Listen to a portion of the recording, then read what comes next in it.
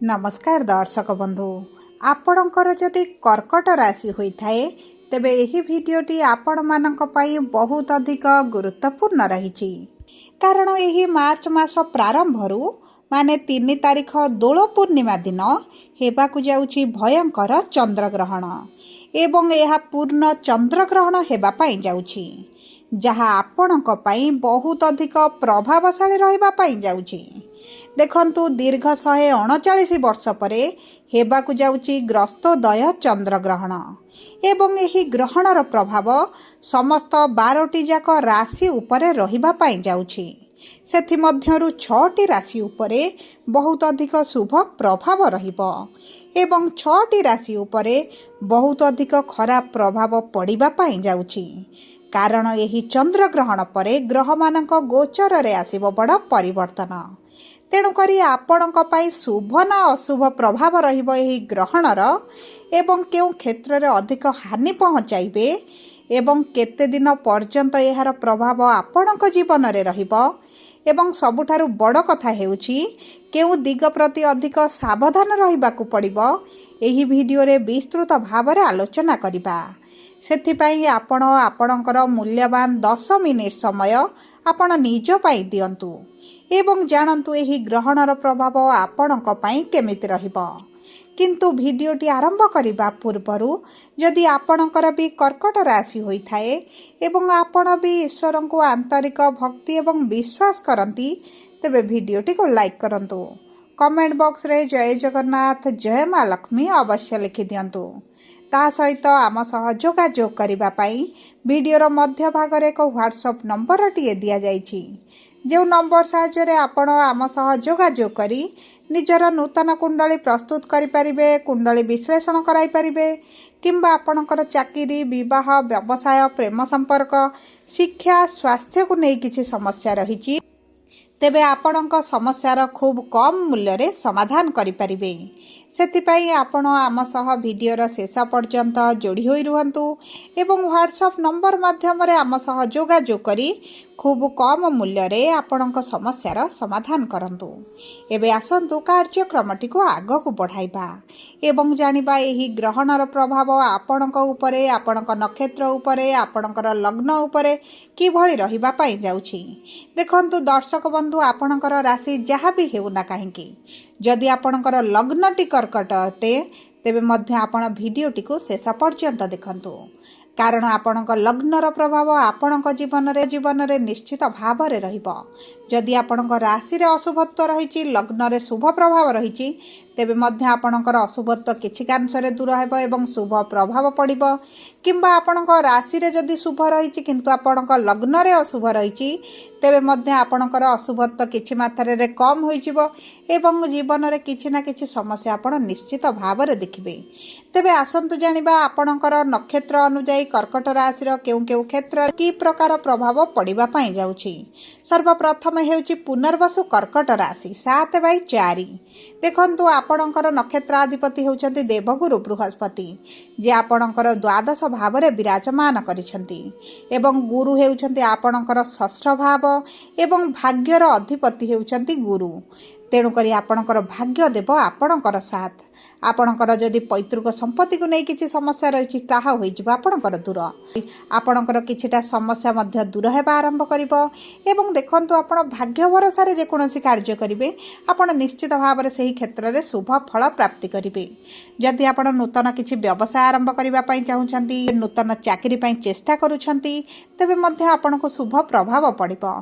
ता सहित जदि आपण विशेष भाव रे विदेश रे रहउछंती तेबे तो आपणको आकाश छुआ सफलता प्राप्ति हेबो किंबा जो व्यक्ति माने विद्यार्थी हुंतु किंबा चाकरी पाई आपण जदि विदेश जाबाकू चाहुथिले घर ठारू दूर रे रही किछि कोर्स करिबा पाई चाहुथिले किछि कार्य करिबा पाई चाहुथिले तेबे मध्य आपणको शुभ फल प्राप्ति हेबो।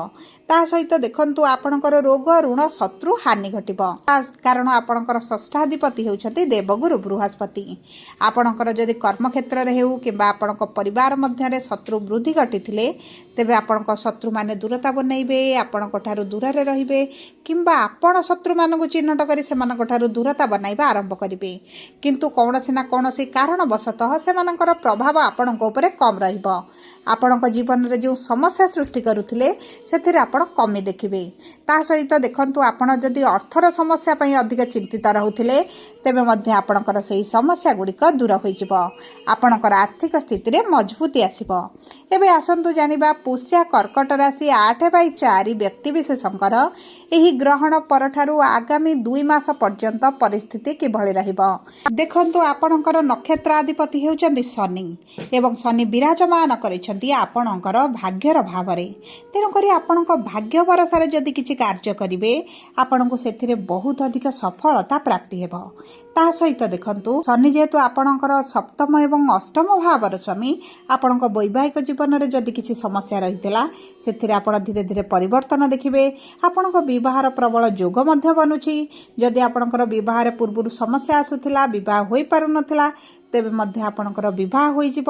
ଏବଂ ତା ସହିତ ଦେଖନ୍ତୁ, ଉଭୟ ସାଥୀଙ୍କ ମଧ୍ୟରେ ଯଦି କିଛିଟା ପୂର୍ବରୁ ସମସ୍ୟା ଚାଲିଥିଲା ତାହା ଦୂର ହୋଇଯିବ। ଉଭୟ ମିଶି କୌଣସି ଏକ ବଡ଼ ନିଷ୍ପତ୍ତି ନେଇପାରନ୍ତି କିମ୍ବା ଆପଣ ଯଦି ପାର୍ଟନରସିପ୍ରେ କିଛି କାର୍ଯ୍ୟ କରୁଛନ୍ତି ସେଥିରେ ଆପଣଙ୍କୁ ସଫଳତା ପ୍ରାପ୍ତି ହେବ।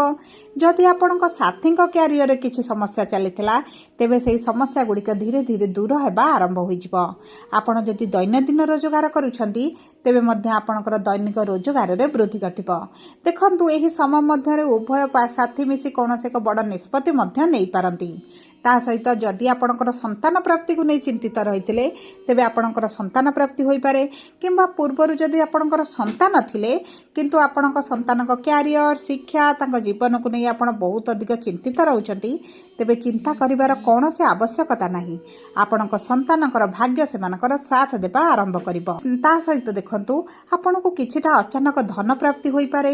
କିମ୍ବା ଆପଣ ଯଦି ବିଦ୍ୟାର୍ଥୀ ଅଛନ୍ତି, ଉଚ୍ଚଶିକ୍ଷା କରିବା ପାଇଁ ଚାହୁଁଛନ୍ତି, ତେବେ ମଧ୍ୟ ଆପଣ ଉଚ୍ଚଶିକ୍ଷା କରିପାରନ୍ତି। କିମ୍ବା ଆପଣଙ୍କର ଯଦି ପ୍ରପର୍ଟିକୁ ନେଇ କିଛି ସମସ୍ୟା ରହିଥିଲା ତେବେ ସେହି ସମସ୍ୟା ଗୁଡ଼ିକ ଆପଣଙ୍କର ଦୂର ହୋଇଯିବ।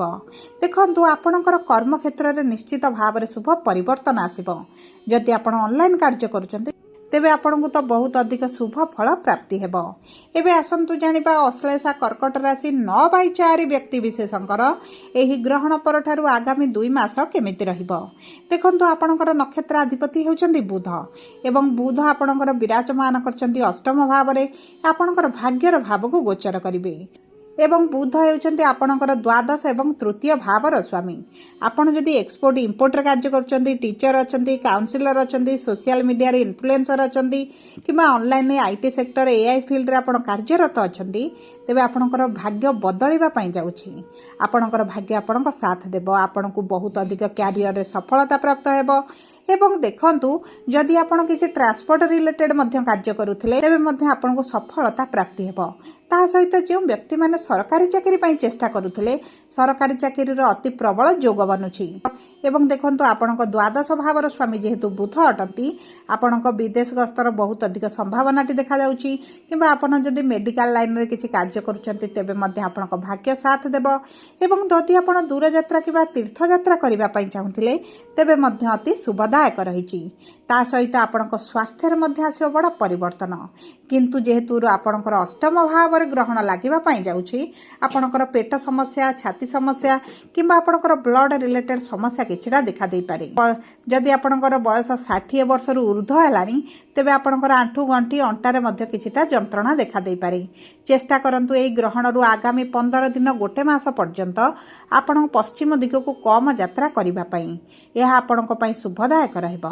ସବୁପରେ ଦେଖନ୍ତୁ, ଯଦି ଆପଣଙ୍କର କର୍କଟ ଲଗ୍ନ ହୋଇଥାଏ ଏବଂ ଆପଣଙ୍କର ଅଷ୍ଟମ ଭାବରେ ଯେହେତୁ ଗ୍ରହଣ ଲାଗିବା ପାଇଁ ଯାଉଛି, ଆପଣଙ୍କର ପାଦ ଖସିପାରେ, କିଛିଟା ଆଣ୍ଠୁ, ଗଣ୍ଠି, ଗୋଡ଼ରେ କିଛିଟା ଆଘାତ ଲାଗିପାରେ। ଏହିଭଳି କିଛିଟା ସମସ୍ୟା ଆପଣ ଦେଖିପାରନ୍ତି। ନଚେତ ଆପଣଙ୍କର ଶିକ୍ଷା ସମ୍ବନ୍ଧିତ ଭଲ ଖବର ପାଇବେ। ଶିକ୍ଷା କ୍ଷେତ୍ରରେ ସଫଳତା ପ୍ରାପ୍ତି ହେବ। ଆପଣଙ୍କର ଯଦି ପ୍ରେମ ବିବାହ କରିବା ପାଇଁ ଚାହୁଁଥିଲେ ତେବେ ମଧ୍ୟ ଶୁଭଦାୟକ ରହିଛି। ଯେଉଁ ବ୍ୟକ୍ତିମାନଙ୍କର ବିବାହରେ ବିଳମ୍ବ ହେଲାଣି, ବିବାହରେ ସମସ୍ୟା ଦେଖୁଥିଲେ, ଆପଣମାନଙ୍କର ବିବାହ ମଧ୍ୟ ହୋଇଯିବ। ସବୁଠାରୁ ବଡ଼ କଥା ହେଉଛି ଆପଣଙ୍କର ଆର୍ଥିକ ସ୍ଥିତିରେ ପରିବର୍ତ୍ତନ ଆସିବ। ଆପଣଙ୍କର ଯଦି ଋଣ, କରଜ, ଧାରେ ବଢ଼ି ଯାଇଥିଲା ତେବେ ତାହାକୁ ଆପଣ କୌଣସି ନା କୌଣସି ମାଧ୍ୟମରେ ସୁଝିଦେବେ। ଏବଂ ଦେଖନ୍ତୁ, ଆପଣଙ୍କର ଆର୍ଥିକ ସ୍ଥିତିରେ ପରିବର୍ତ୍ତନ ସହିତ ଆପଣଙ୍କର କିଛି ଅର୍ଥ ମେଡ଼ିକାଲରେ ମଧ୍ୟ ଖର୍ଚ୍ଚ ହୋଇପାରେ। ସେଥିପ୍ରତି ଆପଣଙ୍କୁ ଦୃଷ୍ଟି ଦେବାକୁ ପଡ଼ିବ। ସବୁପରେ ଆପଣଙ୍କର ଅଶୁଭତ୍ୱକୁ ଦୂର କରି ଶୁଭାଶୁଭ ଫଳକୁ ବୃଦ୍ଧି କରିବା ପାଇଁ ଆପଣ ଏହି ଗ୍ରହଣ ସମୟରେ ମହାମୃତ୍ୟୁଞ୍ଜୟ ମନ୍ତ୍ର ଜପ କରନ୍ତୁ। ତା ସହିତ ଗ୍ରହଣର ପରବର୍ତ୍ତୀ ଦିନ ମହାଦେବ ମହାଦେବଙ୍କ ମନ୍ଦିରରେ ପୂଜା अर्चना କରନ୍ତୁ। ଓಂ ନମଃ ଶିବାୟ ମନ୍ତ୍ର ପ୍ରତିଦିନ 27 ଥର ପାଠ କରନ୍ତୁ। ତା ସହିତ ହଳଦୀ ରଙ୍ଗର ଖେଚୁଡ଼ି ବନାଇ ଆପଣ ଛୋଟ ପିଲାମାନଙ୍କୁ ଖାଇବାକୁ ଦିଅନ୍ତୁ କିମ୍ବା ଆପଣ ଶନିବାର ଦିନ ଶନିଙ୍କ ମନ୍ଦିରରେ ସୋରିଷ ତେଲର ଦୀପ ଅର୍ପଣ କରନ୍ତୁ। ପ୍ରଭୁ ଗଣେଶଙ୍କର ଉପାସନା କରନ୍ତୁ। ଗଣେଶଙ୍କ ପାଖରେ ଲଡ଼ୁ ଏବଂ ଦୁବ ଘାସ ଅର୍ପଣ କରନ୍ତୁ। ଆପଣଙ୍କର ଅଧିକାଂଶ ମନସ୍କାମନା ପୂରଣ ହୋଇଯିବ।